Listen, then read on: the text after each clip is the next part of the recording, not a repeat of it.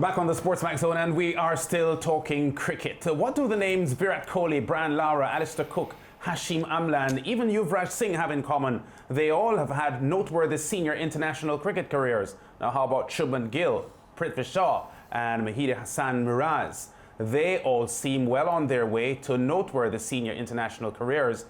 But for all those players, it started at the youth level and the ICC Under-19 World Cup, where their performances suggested future success. So many of the players from the tournament, which started back in 1988 and which has been held every 2 years since 1998, have gone on to achieve global stardom. However, very few of them have come from the West Indies, especially in recent years, despite the Caribbean side having many outstanding performances at the tournament. For example, in 2018, where Shubman Gill was among the standout players, the name Alec Atenas also set tongues wagging. He was the leading scorer in the entire tournament, the Dominican native in the West Indies from the Windward Islands, tallying 418 runs, including 2 centuries at an average of 104. Now, Atenas fell just 3 runs shy of the West Indies record for the tournament of 421 set by the Jamaican Donovan Pagan back in 2002.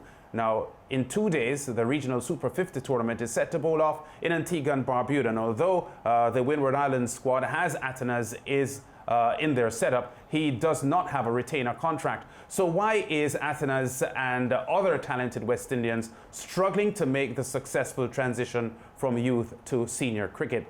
How can this problem be solved in the region? Joining us to discuss the issue, former Glamorgan first-class player Sam Kirnon. Sam, who was born in Montserrat, spent most of his adult life in England, but has been back in the Caribbean for approximately 8 years now. He runs a cricket academy in Dominica, where Alec Atenas is. Sam, welcome to the SportsMax Zone. Great to have you on. A lot to discuss here. First of all, can you concur that a lot of West Indian players at ages 16, 17, 18, 19 are comparable in talent to other players in the world, but at 21, 22, the others seem to go ahead of the Caribbean men? Is that a fair assessment? Yes, that is a fair assessment in terms of, I would just like to go on and say, well, in terms of development, I think we are lacking in the Caribbean. All right, so what is the problem then? Because is it that the coaching up to 19 years old is adequate to put world-class performers on the 19 youth stage?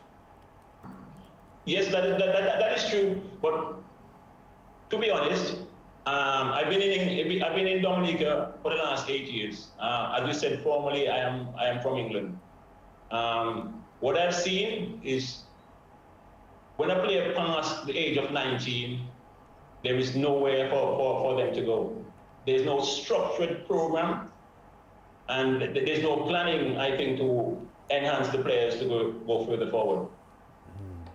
All right, we mentioned Alec Atenas, but in that same tournament, Fabian Allen and Keegan Simmons were among the top 5 run scorers in the tournament. Simmons is currently not in the Trinidad and Tobago setup. Fabian Allen has made his way into international cricket, but there were many before that. We spoke of Donovan Pagan earlier on, who didn't really have much of an international career. Xavier Marshall was outstanding in the youth cricket and under-19 World Cup, but didn't flourish as an international senior player. So what are the suggestions that you would put on the table to rectify this problem?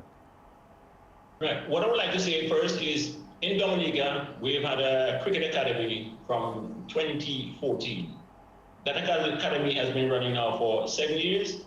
Alec Atenas was a former academy student, and it shows that governments and people throughout the Caribbean has to invest in youth. In Dominica, our academy is top class, I would say. We have 3 level 3 coaches that are employed at the academy. Yes? A lot of work needs to be done in the Caribbean cricket. A lot of work. Personally, I think our coaching is something that needs upgrading. Let's say, for example, you send a child to school and the teacher is put in charge to make sure that this child excel in whatever subject that they're doing. In the Caribbean, in cricket, we're not looking at development of players after they pass the age group side. So a player goes to the World Cup, they end up top leading run scorer in the World Cup, they come back to the Caribbean, they play a game and win a Super 50 tournament in Antigua. He's given a contract the next year. He ended up in the top 10 in the regional batting in the Caribbean. The following year, he is being played now and again, and then suddenly he has lost his contract. Now, how could I say to youngsters to work hard, be on the world stage, have great achievements, when after you pass the age of 19, your career suddenly comes to an end because there is no development plan for our youngsters? Yeah, you know, this story rushed into our minds here at SportsMax when we saw Shubman Gill and how well he did against the Australians as a young player for India. And we threw our minds back, as we said at the top of this segment, to the 2018 Under-19 World Cup when he was outperformed by Alec Atenes. Is there something about Atenes and his game at the moment that would steer the officials, the decision makers, not to give him a contract? But to be fair, I cannot understand the reason why he was not given a contract. They said his average, after 13 matches, he's averaging 25. Now, you give new contracts out, and players are averaging 16.9 and 25, and some are just making their debut in the regional tournament. No, you cannot ask the player who's been on the world stage to perform average of over 100, win a Super 50 for your region, ended up top 10 in the Caribbean, and then the next year he's been left out at 22.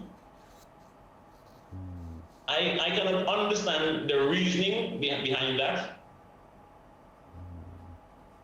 It's mind-boggling. Yeah, in terms of the regional domestic competitions though, would you say as a first step or part of the first step, the consolidated first step, to increase the number of games in, if not the Super 50, the regional 40, or even both competitions, as a way of giving players a larger window to play quality cricket as a means of aiding their development, even as they look for opportunities outside of the Caribbean to carry on their cricket? Would you suggest that? Yes, I suggest that, and I think we have done that at the academy. We have 3 former students who we sent off to England, and they've been there for the last 2 years. They play over 40 games every year. They stay back in the Caribbean, they'll play 4 or 5. So I always believe that you have to give players an opportunity to go out and play cricket, because to me, cricket is like driving. The more you drive is the better you become. And that is not being happening in the Caribbean. Sam, in terms of opportunities, England is the obvious spot to look for where a player can go and get involved in cricket that is not limited over. So he can play 4-day cricket regularly. Are there opportunities further afield in South Africa, in Pakistan, in India, in Bangladesh, where players from the West Indies can have a route to, in the same way that the route to England has been well trod over time? That is true. I have contacts in South Africa. I also have contacts in Australia. And a few years ago, I was asked if we had any under-19 players who would come over to Australia or even to South Africa. So I believe that the avenue is there for the powers that be to pick a group of players with potential and give them a chance to go across to these countries and play cricket. The more cricket you play, it's the better for you. Now, the other thing is, a lot of people are saying about financing, but I am sure if we go around the Caribbean and ask companies and institutions to adopt a player and send that player to these far off countries, it would also help in the development of West Indies cricket. We have a short time left, Sam, but I want to get this straight because, look, with the best of intentions, funding is a problem for everything. There's no activity that there are funds readily available to all the time. If it is, given the shortage of funds, and of course you have to prioritize actions to make use of whatever funds are available, would you say then, here's what you do? Cricket West Indies, you need to organize longer tournaments for the players, or would you put the responsibility at the feet of the territorial boards to have longer domestic territorial seasons with the kind of structure that will allow very competitive cricket to be played in the domestic territories before they go on to the regional level? Which would you prescribe as a matter of priority given the shortage of funds in the whole system of cricket in the Caribbean? Right, I believe that guys should be given a chance to play as much cricket as possible. Like I said before, you know, playing cricket is like driving. The more you do, is the better you become. But also, having said that, I have a question, and this question is directed to CWI. The franchise system is a good system, but are we employing the right people at the franchises to make sure our players are being developed? That is my biggest question. But hold on, Sam. Before you ask that question, I want you to answer my question. I was saying to you, if you had to prioritize what to extend, given the limited funds available, would you seek to beef up the number of matches played in Dominica, in Guyana, in Jamaica, in TNT, in Barbados? Would you seek to boost the number of matches there, or would you just leave it to the regional level, the first class level, the franchise level? Where would you put the priority of increasing the number of games, given the limited nature of funds? Right. What I would do, I would start the cricket from school level. In the local territories, we have to be playing more cricket. That is what I would do as an individual, is focus more on the local cricket, the parish leagues, the district leagues. That is my point. I think we are leaving too much up to the franchises to develop players. Players that get into the franchise stage where they're lacking in technical, tactical, physical, and mental abilities of the game. I think that is too much that we're asking the franchises to do. It has to start from the local level, and I can only compliment the Dominica Cricket Association and also Mr. Emmanuel Nanton, who has seen it fit to install an academy in Dominica that's been running now for the last 7 years. We have also an under-23 program, because what tends to happen is that after the under-19 stage, a lot of the guys go off into different areas. And the idea was to keep these fellas together, playing cricket, and eventually they'll play for the national team. One more thing before you go, Sam. You mentioned earlier on about coaching, and you are a little bit concerned about the quality of coaching. Could you say something more specifically about that? Because I think the CWI feels as if it has a cadre of good coaches here in the Caribbean to guide and develop our players, but you seem to not agree. Can you say specifically what you think in some situations players may be lacking as far as strategic, technical, and tactical guidance from their coaches? Yes, let's say, for example, 10 months ago, I spotted a few issues with Windward players. I analyzed it and I sent it to the powers that be. And I was told these videos would be sent to the franchise so the coach could have a look and try to fix the problem. But to my surprise, in Bangladesh, I saw one of the same players with the same technical issue. Now, my question is, who is monitoring the franchise to make sure that these technical errors have been looked at and the players have been given the correct set of tools to go out and prosper on the world stage? It was really shocking to me that I saw that. I'll be honest with you, it was shocking that after 10 months of sending that, the player still had the same issue. Now, saying that, if it's happening in the Windwards, it is happening throughout the Caribbean. And that is an issue that we as coaches or lovers of the game has to address.